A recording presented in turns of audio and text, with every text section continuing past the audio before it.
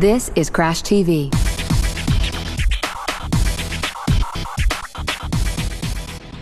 Okay, hello everybody and welcome to Crash TV episode 36. I'm joined this week with Matt F. Hello there. And Symes. Hi. And this week we're going to be talking about everything that's been going on in Criterion Games. So we're going to start off with, if you haven't already been aware, or we've obviously get new players coming, or new viewers, new listeners coming all the time. Yes. There's some brand new content coming for your Burnout Paradise. So we started off what we call a year of paradise with Codename Cagney.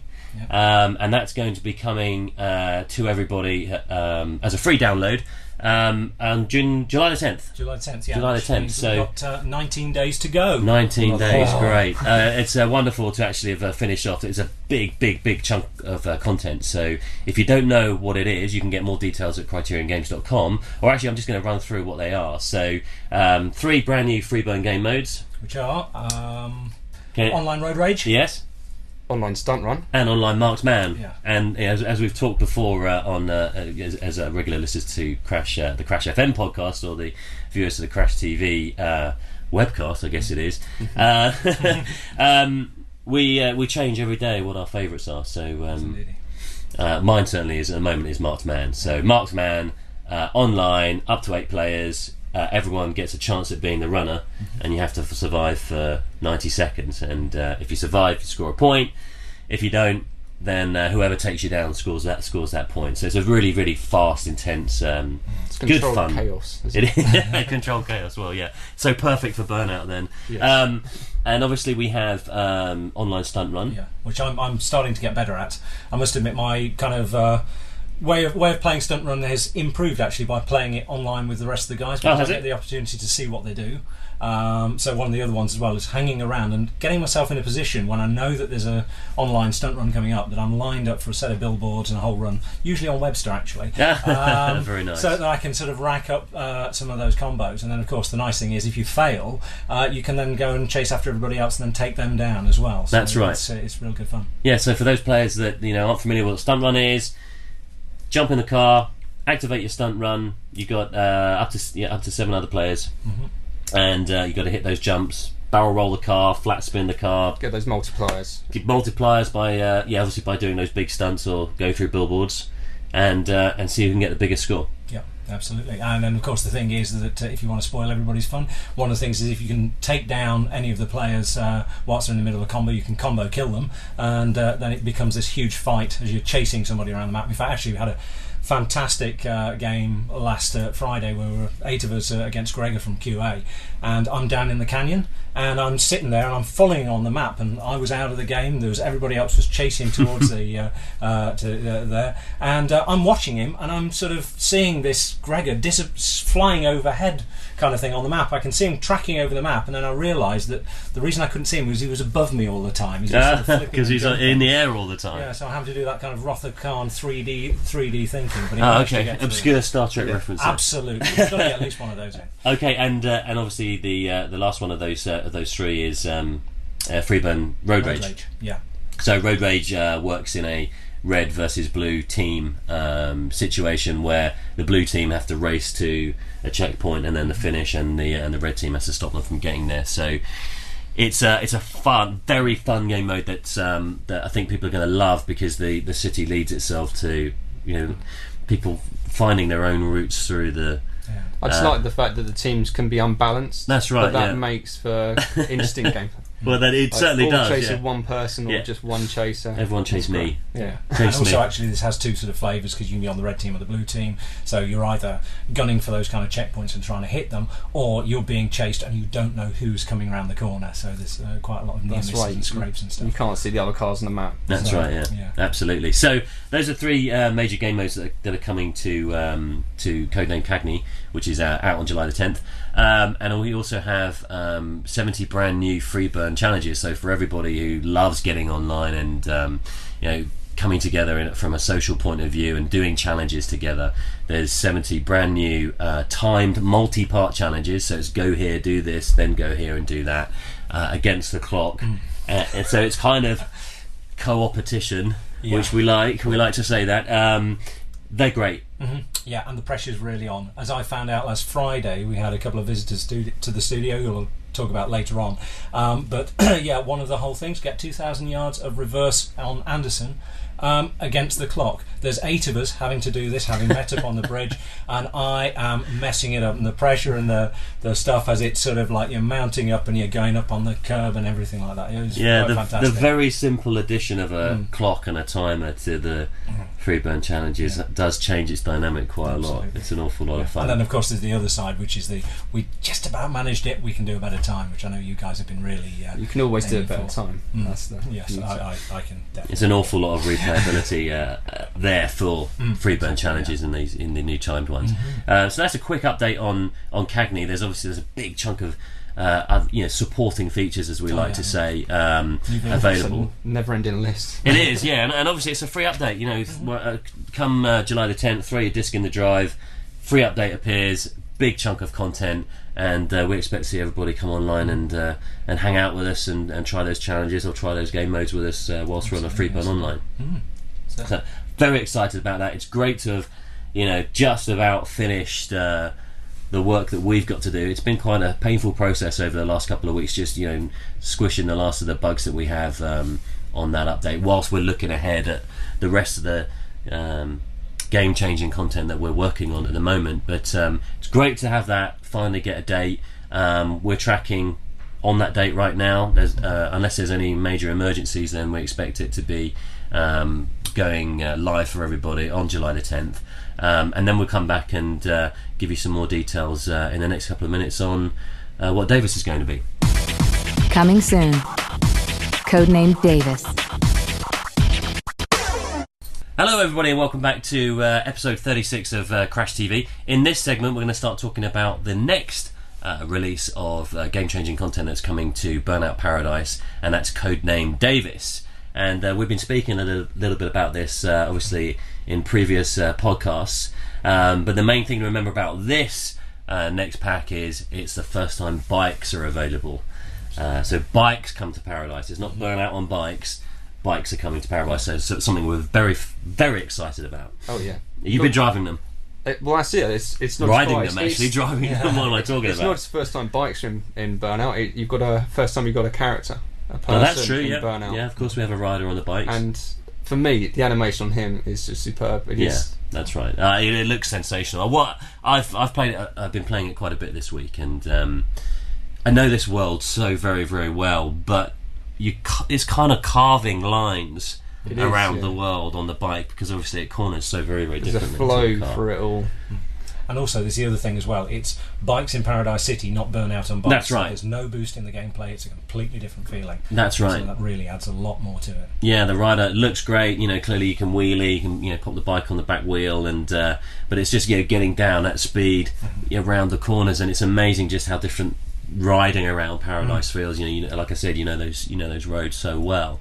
And what's exciting is, and we haven't talked about this, I don't think officially just yet, is we've also been riding the bikes online. So that's coming in our Davis release. You'll get the bikes and you'll be playing bikes online with your friends. So we're really excited about that. It's something that they've been spending quite a bit of time working and getting right, but it's great fun, So we had 8 players racing around the city on bikes the other day, and you can get a lot closer, can't you?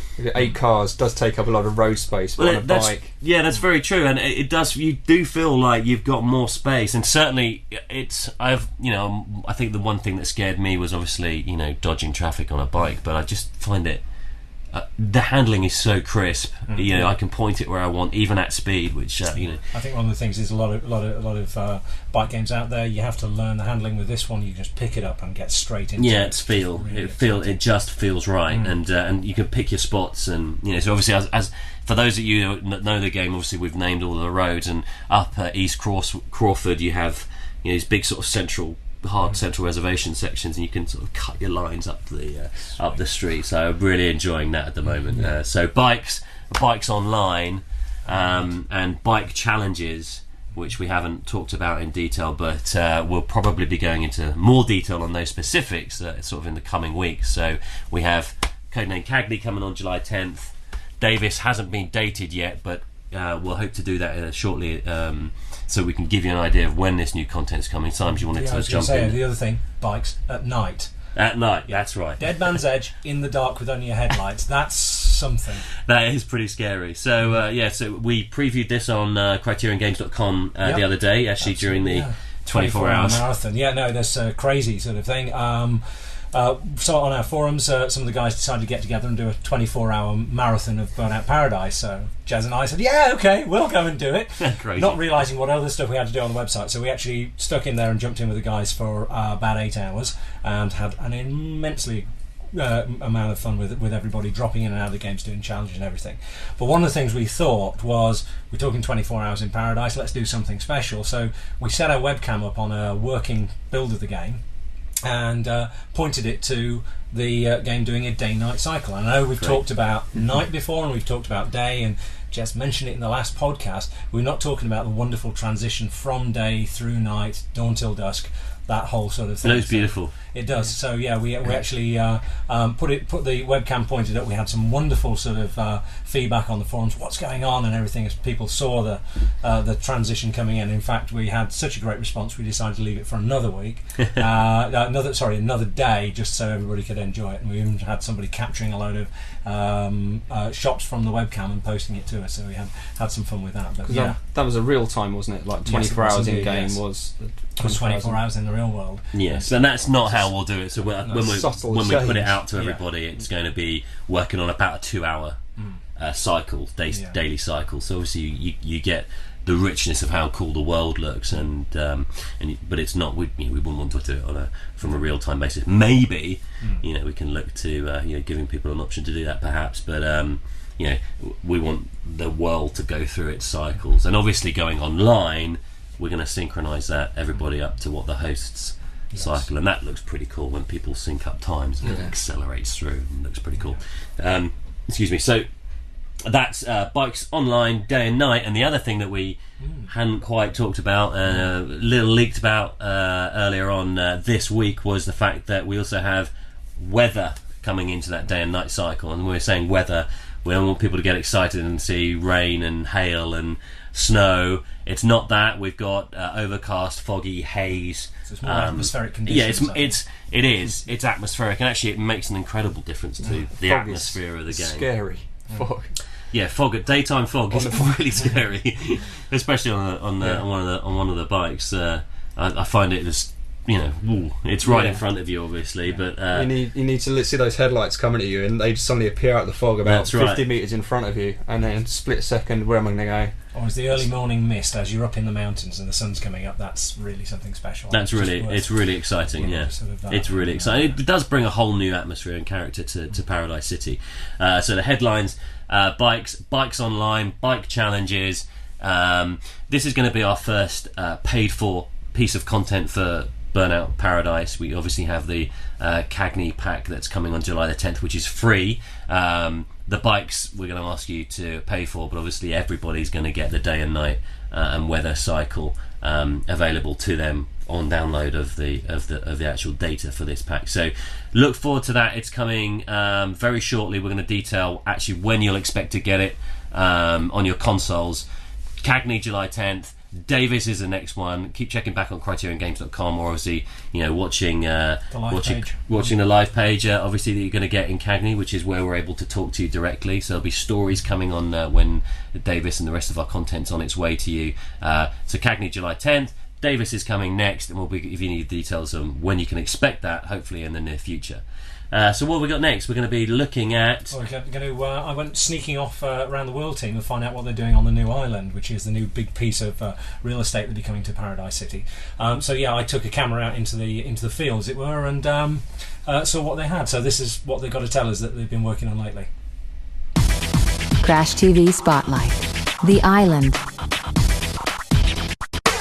So guys, everybody's really excited about the new island that's coming in one of the future updates for free for Burnout Paradise. Indeed. What have you guys been working on this week? The biggest thing that we've been working on this week has been more extravagant gameplay, opening up parts of the island that we've not yet got to. Oh, awesome. So we've been doing a lot more gameplay in the rural section. We've been doing some coastal work. Mark's going to be demonstrating that whenever he feels like he wants to get over to that part of the island. I was going to do the bridge jump. Oh yeah, the big on the bridge. Yeah, because everybody's seen the bridge and the dust storm and everything, and there's even gameplay on the bridge. I take it.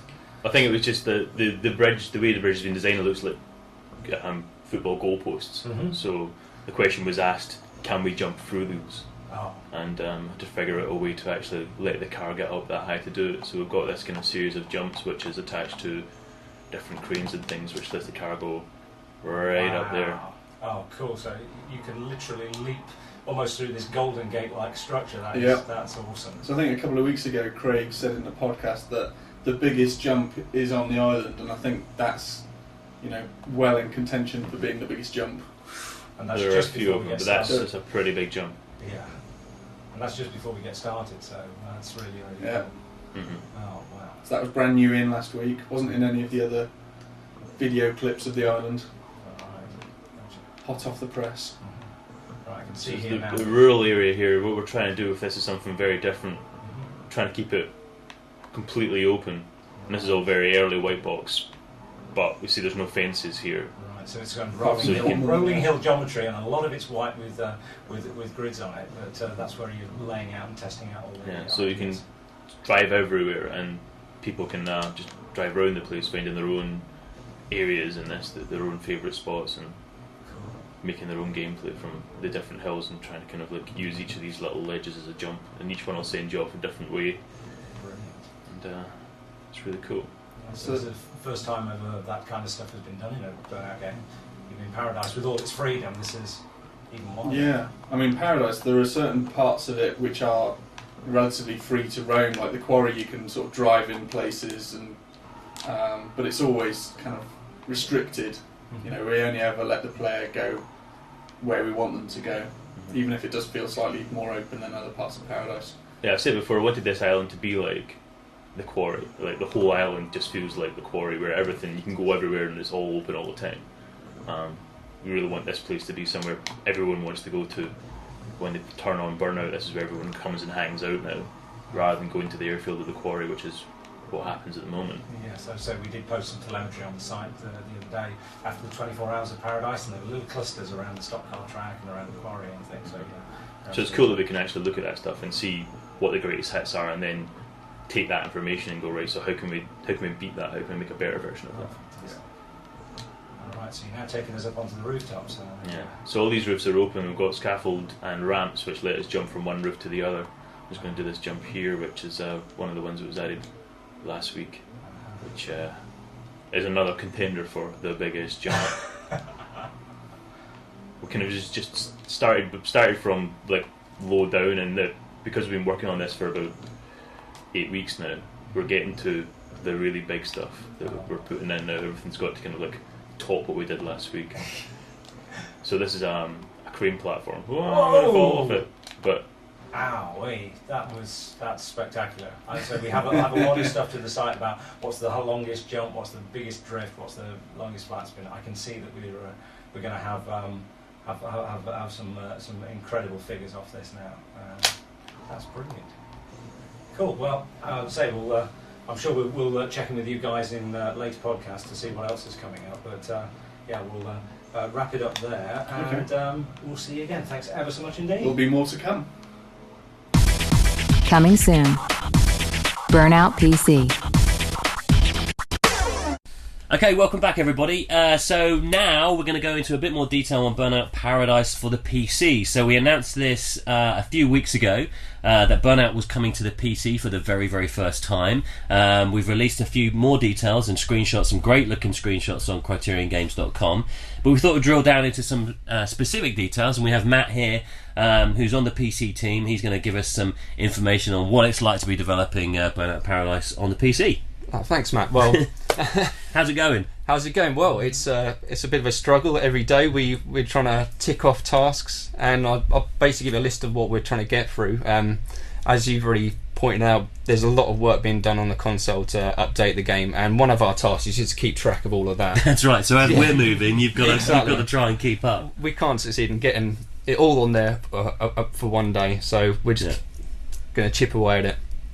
So you got the bikes up. So that was really cool. Last week, Sam mentioned that you had the bikes running on the PC and they were looking cool. I think Got some we fantastic released some screenshots as well. Yeah, That's right. Yeah, we did. Huge screenshots where you can see kind of like the detail on the gloves, the feet, everything. Yeah, so we've got bikes in there, we've got the island in there, we've got night in there. One thing we don't have headlights in there. So right, okay. So you might have noticed that bike shot was in the middle of the day, and we can play it at night. It's not pitch black, but it makes it a lot harder. You're crashing into a lot of walls. It's quite a challenge then to be sort of working on because obviously there's a separate PC team. It's quite a challenge to be doing everything that you need to do Paradise on PC and sort of keep up with all the stuff that the console team are adding into the game on a sort of almost a monthly basis. It keeps it very interesting, and it's good. It is challenge, but it is good to see everything come through gradually. Like I say, the first time we got to ride the bikes, that was a great day.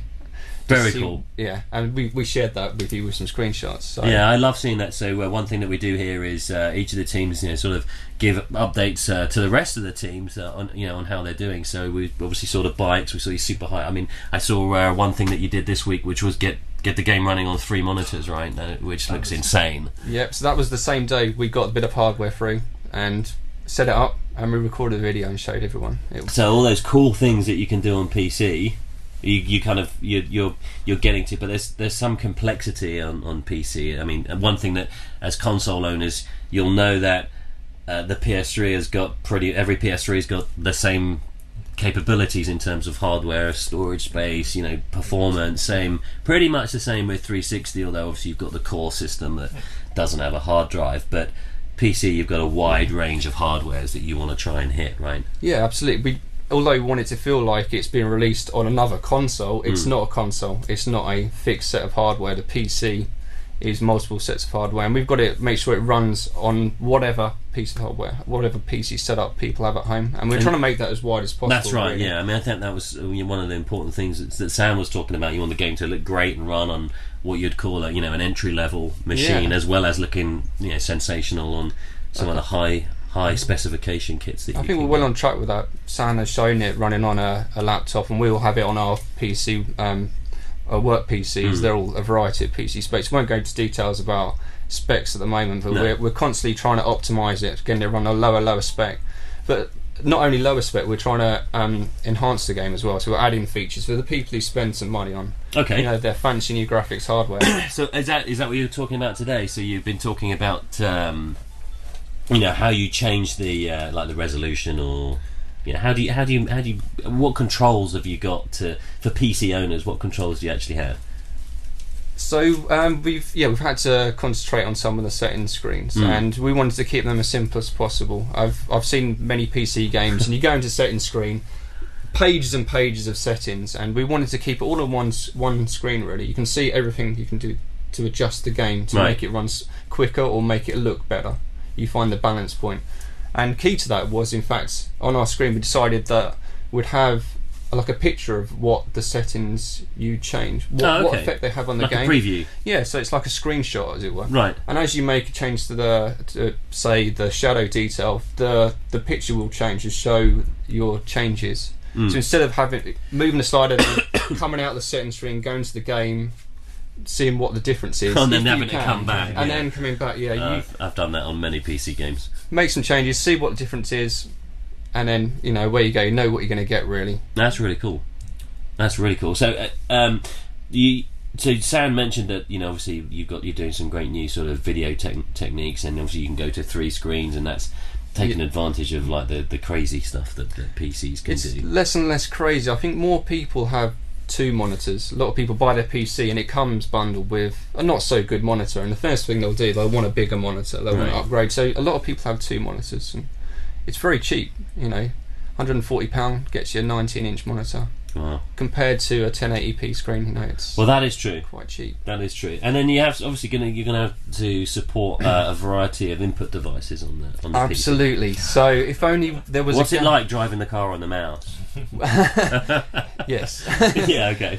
With the keyboard, it's brilliant. It just works. I was very surprised. Normally with digital input, you're sort of trying to steer by tapping the steering button or braking or accelerating. You don't have to. It's very intuitive. It just works, which is brilliant for us. I think we're gonna worked to make the wheels. We've improved the support for people who have PC wheels. Okay. We want to allow that to be fully configurable, so they can adjust dead zones, the sensitivity.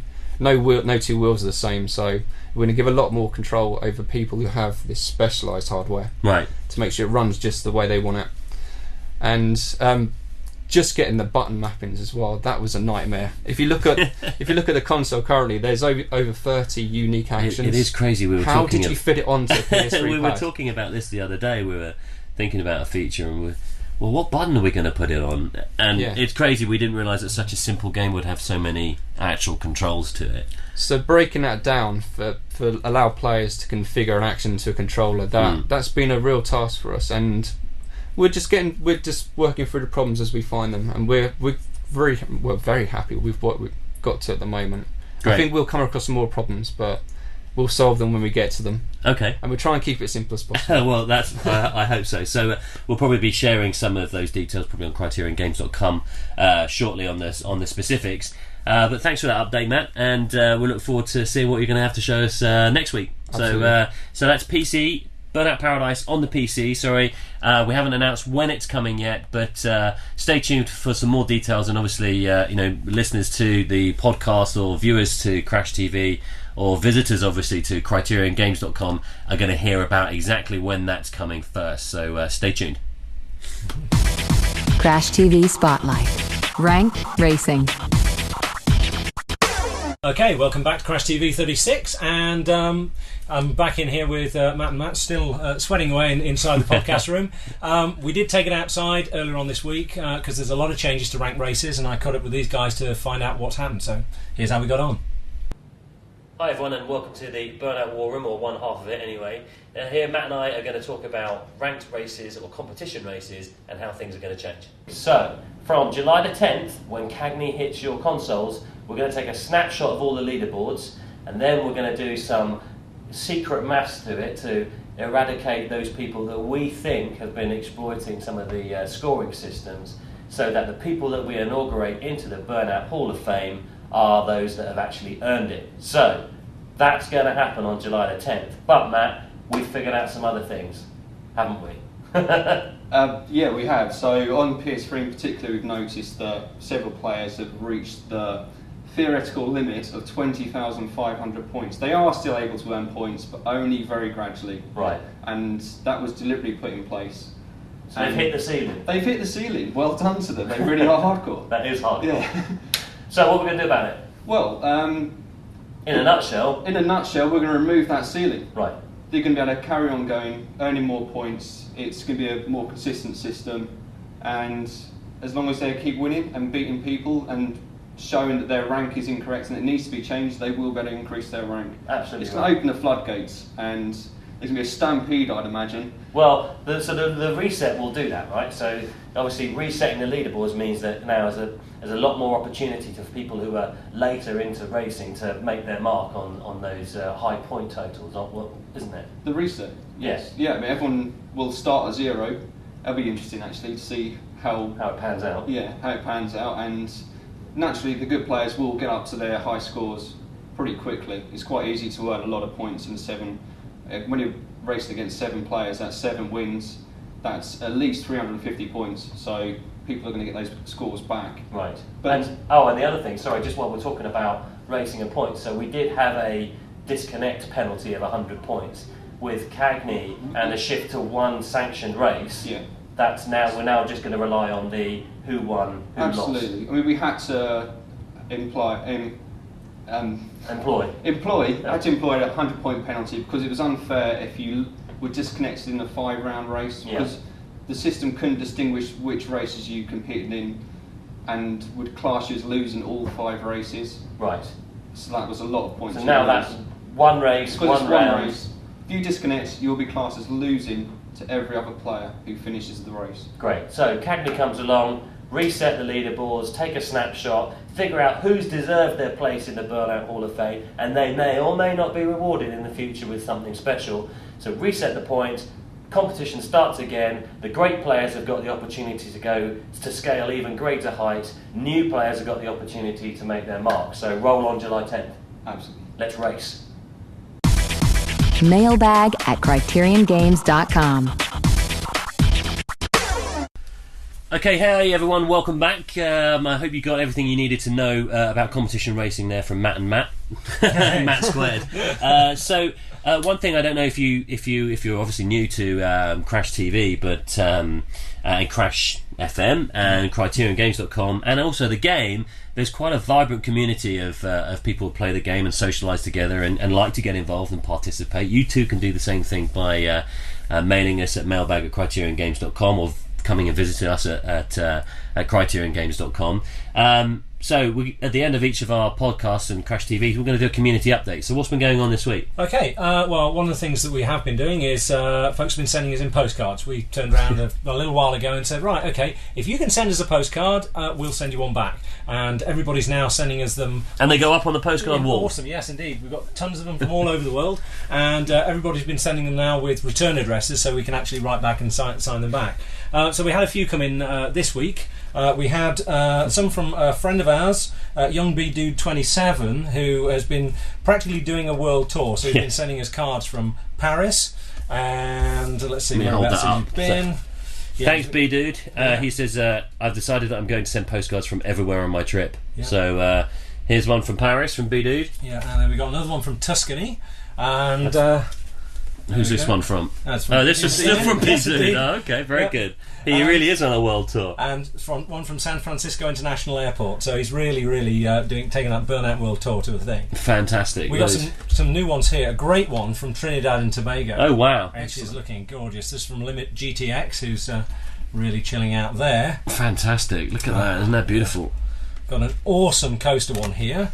This one's sent from Daniel Coombs in Evansville in the USA. This is my favourite roller coaster, the Voyage. Holiday World's third wooden roller coaster featuring 3 90-degree banked something or other. The postcard's over it, but it just looks insane. Oh my goodness! Yeah, I think if Burnout were a roller coaster. Oh wow! Look at that!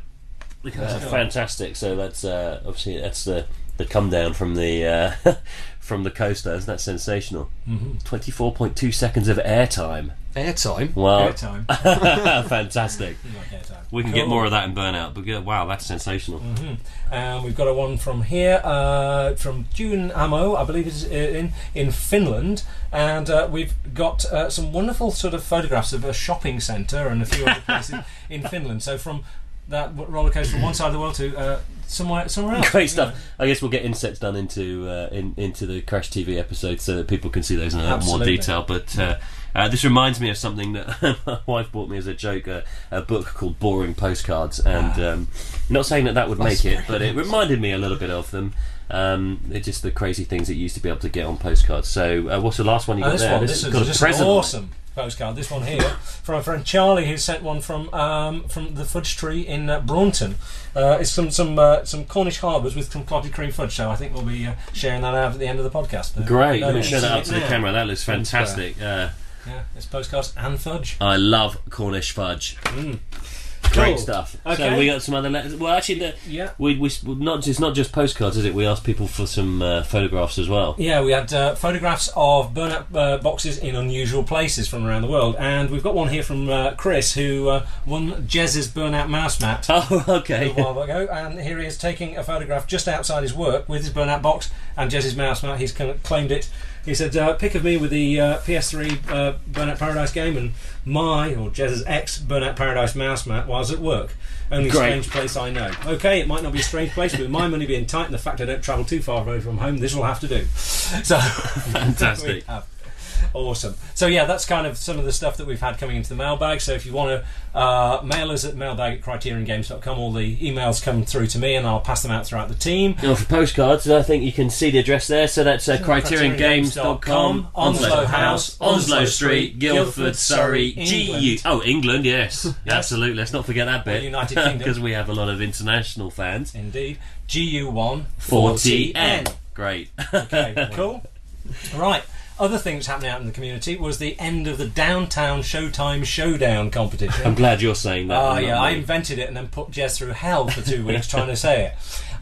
So yeah, what that was actually using the Showtime feature, which is kind of a much forgotten part of Burnout, in which you can start a crash rolling around the city and just mangle up cars wherever you want and create loads of carnage. So what we said was, if everybody could try and get the greatest amount of damage on 4 streets around the downtown area of Paradise, and for doing so, they'd actually win a hotel on the new island. That's right. On the new island. Not to own or Yes, charge absolutely. paying guests. Yes, but anyway, yeah, They'll get to name it. Yeah. get to name the hotel.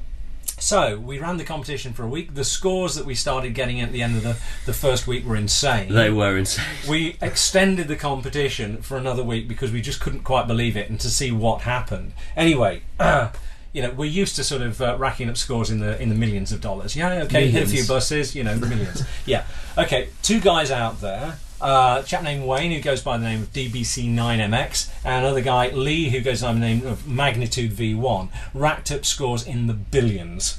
So, yeah, let's think. I've just got it written down on a piece of paper here because I can't remember it. But to say, Wayne racked up an epic $21,386,632,600 of destruction. That's insane. Yeah, so much so. Is that on each of those streets? On the combined total of those 4 streets, which was King, Forth, Angus Wharf, and Manners, I believe. Don't correct me if I'm wrong there. Just going from memory, but yeah, just immense score. So much so that he actually broke the in-game counters and was having to take photographs of his screen. Oh, really? And of course, one of the other things as well is, because of a little quirk of the game, you have to pause the game so that the timer goes away. So he's kind of sort of having to sort of hold the camera against the screen, quickly jab the circle button, take the photograph, and go on. And so we had some wonderful stories of how they actually managed to claim these scores and everything. It was tremendous fun. By pure chance, actually, both Lee and Wayne had asked if they could come and visit us here at Criterion Games. That's right, they did, yeah. So they actually came in last Friday. Had to take a look around the studio.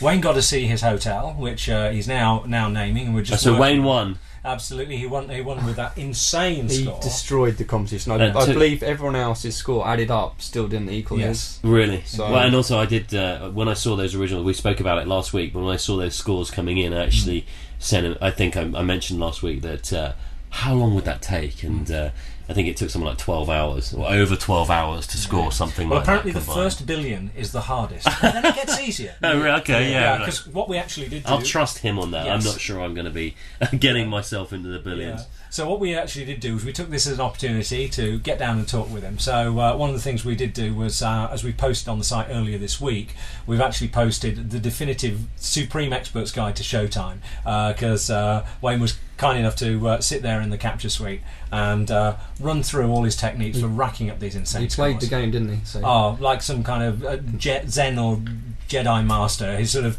in a very, very relaxed way, just taking us through all the carnage. So, okay, so if you need any help on your Showtime scores, then head over to Wayne's tutorial, I guess, on CriterionGames.com. Yes, indeed. Yeah. And say the other thing we also did was we managed to catch up with him to ask him all about what he thought about Burnout Paradise, how he got into it and everything. So this is the interview we had with him. Great. Crash TV. Fans.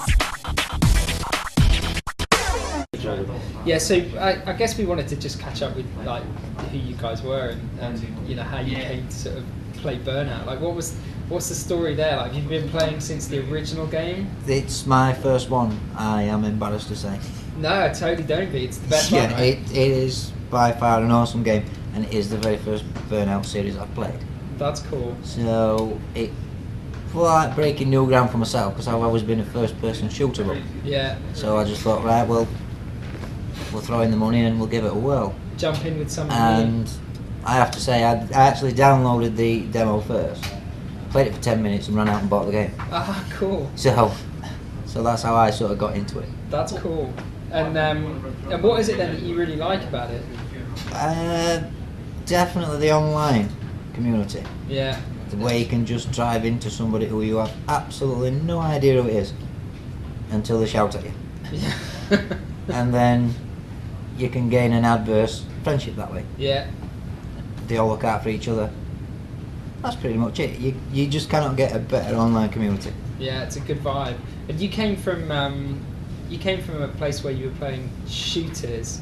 Is it I always find it's different. You know, the kind of people that I meet playing Burnout, Yeah. different than the people that I meet playing Yeah. shooters, and I love shooters too. I always thought that a shooting up game, it was the aggressive side of it. Yeah, You know, you had to go out and be the aggressor, and that transpires somewhat into Burnout, because you've also got to be the aggressor, but you've also got to be the placid guy as well. yeah. Help someone out with a challenge, show somewhere, you know, around the city where they might not have been, or they might have a bit difficult to get into. So it's always good that way. Yeah, I think it's that. I love, I love shooters. I do love running around shooting people in the head. Like, it's good fun. But when I meet people in Paradise City, like I met you guys there, and I've met like a bunch of people out of the community, and I think the reason it's easier to meet people and it's more kind of a friendly environment is because you have to work together. Yeah. We find that we're always working together because it's an 8-week challenge or a 7-week Yep. challenge, and it's just something about. It's something just about the type of game that it is that really just seems to like encourage people to get along, you know. And Yeah. there's still always that that kind of banter of I'm still going to take you down. Yeah. We're still working together, but I'm Yeah. going to take you down in the middle of the challenge, Yeah. and then I'm going to laugh because it's funny. But then That you know, is the that is overall a we're good still side of working. it. Really is a good side of it. And what about you, Lee? Then what did you start on? I actually bought the very first one. Oh, look at that! Straight in on PS2. Yeah. And I mean, I've always wanted, you know, a game where I just want crashing cars, you know. Yeah. There was nothing in it. I mean, you had Togro, and you know, I was just buying the PlayStation magazines, and I saw this one with I think it was the original artwork, which had the red car with streaming past I think it was a truck. Yeah. I thought, yeah, that looks cool. I'll have a look through that. And, I was reading on the game and thought, well, I've got to get that game. It was just something else. Nothing had ever been like that before. Yeah. And I mean, you look back at it now, and I mean, it was 8 tracks or something.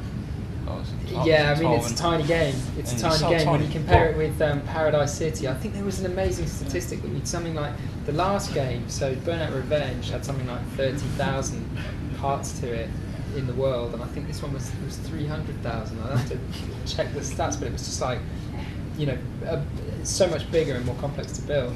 I mean, it was a tiny game. I think between 1 and 2 was it 2 years? It was about 2 years. I can't remember, you know. I think it was a year.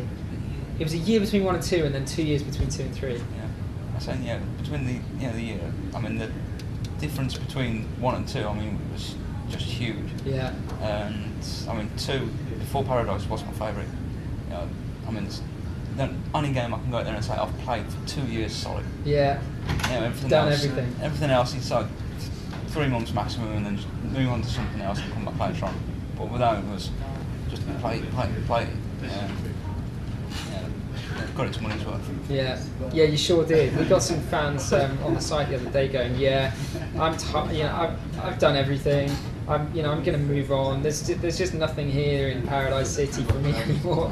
We checked the score, and the guy played the game for about 800 hours. So Yeah. I think Matt posted and said, "Sorry, we couldn't give you more for your money, but it's pretty good. It's pretty good value, I reckon." Well, I think when you guys are doing these, the Showtime challenges, the Rule of the Roads and other bits and pieces, it brings extra life into the game. The game won't go stale. Yeah. Or you've got stuff like this. Yeah, and you guys Everyone is are competitive. still playing, right? So you guys are putting a huge amount of hours. Yeah. In fact, I've got the stats here. I think these are from the game. So 2,000 hours on yours. Hook it I on.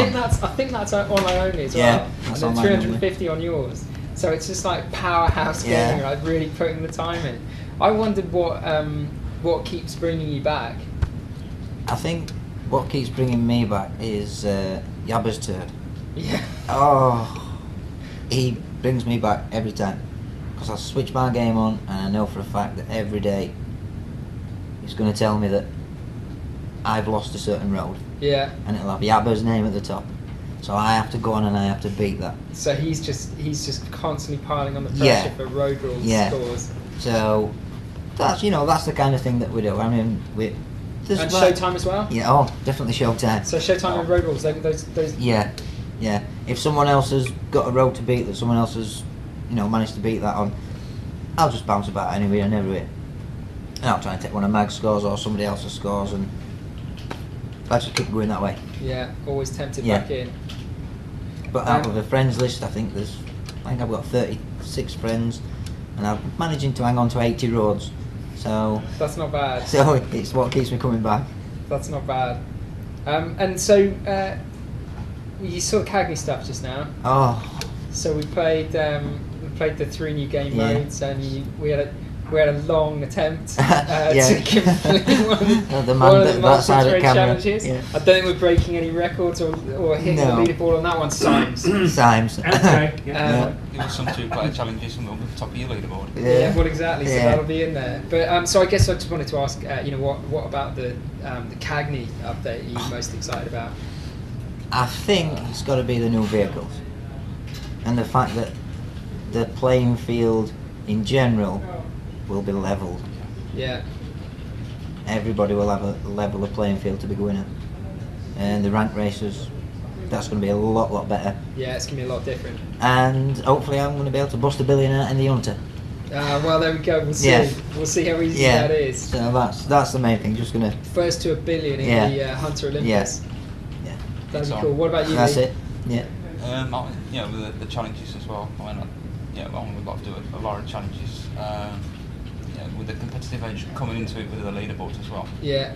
That's going to be excellent. The stunt run, I do enjoy having a good mess around.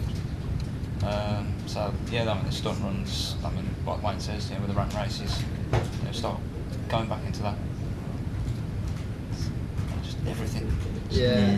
The challenges are going to be quite cool. It's really going to be, I think the hangar crew will be back together. The hangar crew? Yes. And we will blitz the lot. Yeah, I think so.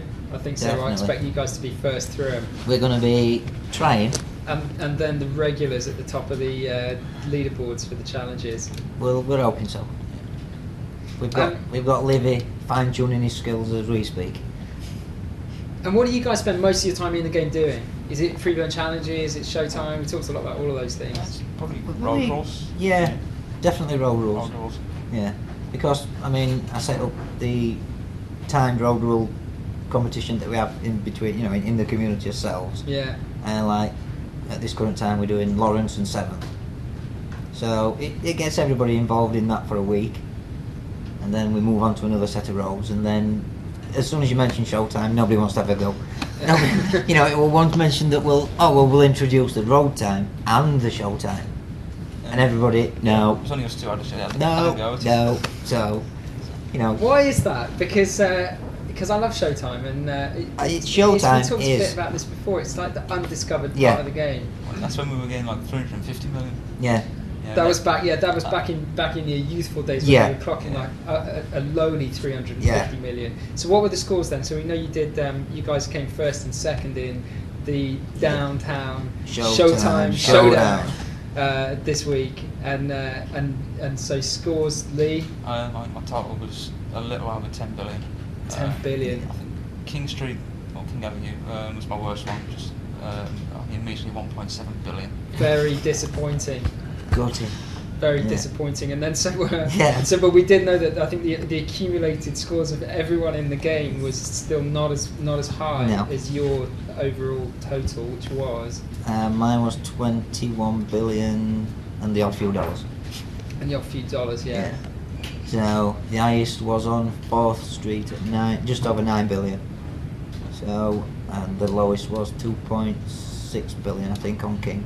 And on the 9 billion score then, how long did that take? 4 hours and 20 minutes. 4 hours, 20 minutes. So overall, all of those together? Well, we worked it out that if you worked on an average time of 1 hour per billion, so... Again, the first billion is... It's hard work. That's real hard work. Yeah. To get to that. Once you get to there, and you've got your buses, up to probably just over 100, and you've got your cars. Yeah. Obviously, the more cars your score just starts to go a lot more. The amount of buses you've got. Yeah. So it starts to go quite a lot. Yeah, you really accelerate away from that first billion. Yeah. It is once you get to the billion, that's the milestone. Everything from there is downhill. Yeah. It's easy. Yeah, the remaining 11 billion you add to it, no problem at all. But Showtime, it is one of the, like I said, the undiscovered parts of the game, because a lot of people find it annoying to have to bounce about to get that, just to move on to get the percentage during the game. Yeah. But I think due to this contest now that a lot of people are going back into Showtime. Yeah, we'll be working to remind people Yeah. how cool it is. 'Cause Yeah. I think it's like an undiscovered gem in the game. I think there's tons to it, and people are, I think, just now starting to get into it. I mean, the biggest protagonist of Showtime is Yabba, and he hated Showtime. Yeah. And now he's getting into Showtime. Addicted. Yeah. So, he's clocking a few good points up, some good scores, so... So for winning this week's competition, yes. we figured that we'd kind of work with you on a name for Yeah. it's the first kind of hotel building that you arrive at on the new island, which is part of the Eastwood. And it's a good-looking island, I can say that. It is good. It's a good-looking island. What's the name we're going to go with? Do you know? Well, I originally thought of DBC Dynamics, Showtime Plaza, things like that. Which is that's your Yeah, that's my user ID. But I don't know. I'd like to name it after my son. DB Junior. DB Junior. So we're going to be working on some things like that. Yeah. So I guess we'll just work together and send us what you're up for. And I think initially we wanted to be a little bit careful how we phrased it in the competition in case somebody wanted to call it something really offensive. But I will totally work on something for BBC Junior. I think that'd be cool. Yeah. Okay, so that just about brings us to the end of this week's episode of Crash TV and the Crash FM podcast. I hope you enjoyed everything on there. If you want to get in contact with us, you can email us at mailbag@criteriongames.com. You can send us a postcard or a photo or a letter to our postal address, criteriongames.com, Onslow House, Onslow Street, Guildford, Surrey, England. GU1 4TN. Or you can obviously participate on our forums on criteriongames.com. You can sign yourself up there, and you can start to speak to members of the team and members of the community that you'll see on there. A lot of very sociable people who will help you on whatever you need to know, probably better than we can in some respects. So that's all that we've got for you this week. Stay tuned to new stuff that's coming onto the criteriongames.com website, probably daily, over the course of the next week. Until next time, it's goodbye from me, Matt. Goodbye from me, Matt. And goodbye from me, Symes. Bye-bye. Bye.